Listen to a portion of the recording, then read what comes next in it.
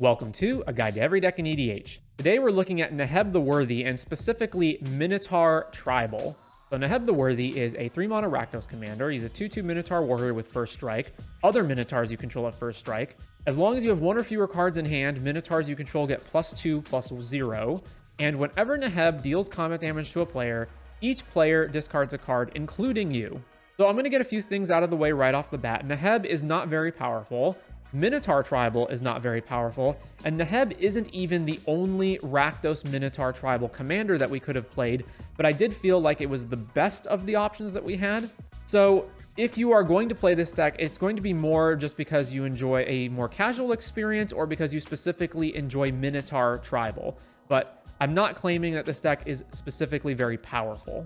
So with that said, let's take a gander at our Minotaurs. There are a lot more Minotaurs that I could have run, but these are the ones I considered to be the best. So Akum Warrior, just because it is a modal double-faced land, so this can just happen to be a Minotaur in our deck. We've got Anaba Spirit Crafter, which just gives our Minotaurs +1/+0. For 4 mana, that's not very good, but hey, we'll take what we can get with our Minotaur Tribal deck.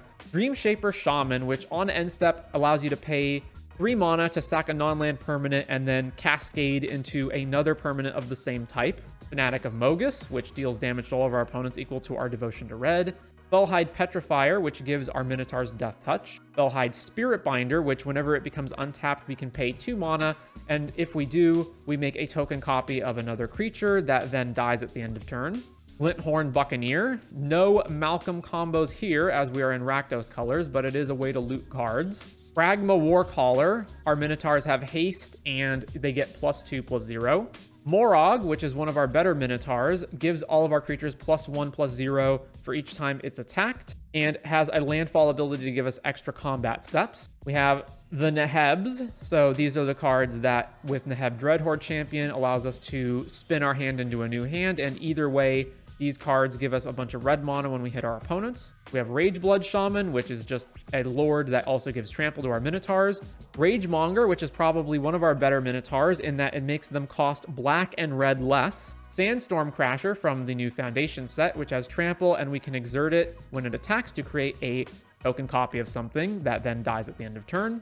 And then finally, Sethrun Hurlern General, which is one of the other options that we had for a Minotaur commander in Rakdos. This one says whenever it or another non-token Minotaur enters, we make a 2/3 Minotaur, and we can pay 3 mana to give our Minotaurs +1/0, Menace, and Haste until end of turn. So again, some of these are pretty decent, like Morog, Neheb, the other Neheb, and Ragemonger, and then the other ones are kind of not as great, but you know, again, we got to take what we can get. So then we do have some other tribal-related beatdown cards, so Coat of Arms, which I believe everyone should be familiar with. We also have Haunted One, so it gives all of our creatures +2/0 and Undying whenever our commander becomes tapped. And then Shared Animosity, whenever a creature you control attacks, it gets +1/0 for each other attacking creature that shares a type with it. We also have Taurian Mauler because, hey, it's kind of like Monogorger Hydra that is in red and is technically a Minotaur. Since our commander involves discarding cards, including ourselves, we can play Conspiracy Theorist as a way to mitigate that. And we also just have a bunch of card draw, so Black Market Connections, which incidentally makes a Changeling token. We also have Pact of the Serpent to draw cards, and Rev Tithe Extractor as another way of making our attacks matter more. And then some of our best Minotaur cards, which are not technically Minotaur creatures, are Deathbellow Warcry, which can search our library for 4 Minotaurs and put them directly onto the battlefield. And then the big one, the one you've all been waiting for, Didgeridoo. 1 mana artifact, and you can pay 3 to cheat a Minotaur from your hand directly onto the battlefield. And it's also worth noting that because it is exactly 1 mana artifact, we can find this off of Urza's Saga. We also got some other discard-related things in Containment Construct and Bag of Holding. We also have Roaming Throne as another way of this just becomes a Minotaur and then doubles all of our Minotaur triggers. And Molten Echoes, which copies our Minotaurs, although only for 1 turn. We then have a number of cards in some other categories like the Red Blasts, Sire of Insanity here, since mainly we're not going to be able to keep up with card advantage from our opponents, so why not play this and put everyone down to an even keel. Also, our commander has a pump ability based on us having little to no cards in hand, so this is another way of doing that. We have our mana base, which nothing really much to see here. It's pretty straightforward. Bunch of ramp spells. Since we mainly focus on attacking, we can play cards like Grim Hireling, Professional Facebreaker, and as previously discussed, Rev, in order to make attacking better off by giving us treasures. We also have Urza the Incubator down here to make our Minotaurs cheaper, and in fact, many of our Minotaurs become significantly cheaper as a result of having this. Patriarch's Bidding as a way to reanimate all of our Minotaurs in case they're killed.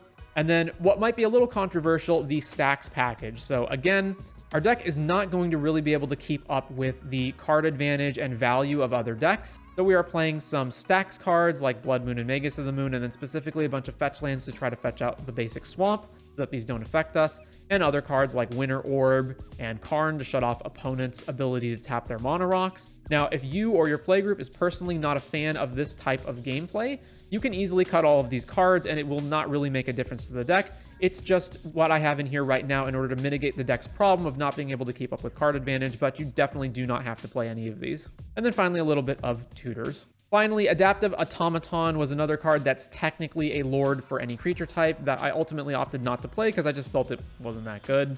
It also is technically not a Minotaur, so it's just sort of a generic tribal thing that you could slot into really any deck, and I didn't feel that it was all that great, so ultimately decided to cut it, but you could easily put it back in the deck. And the same goes for other cards like Metallic Mimic that would have served a similar purpose. So with all that said, that is going to do it for Neheb the Worthy and specifically Minotaur Tribal in EDH.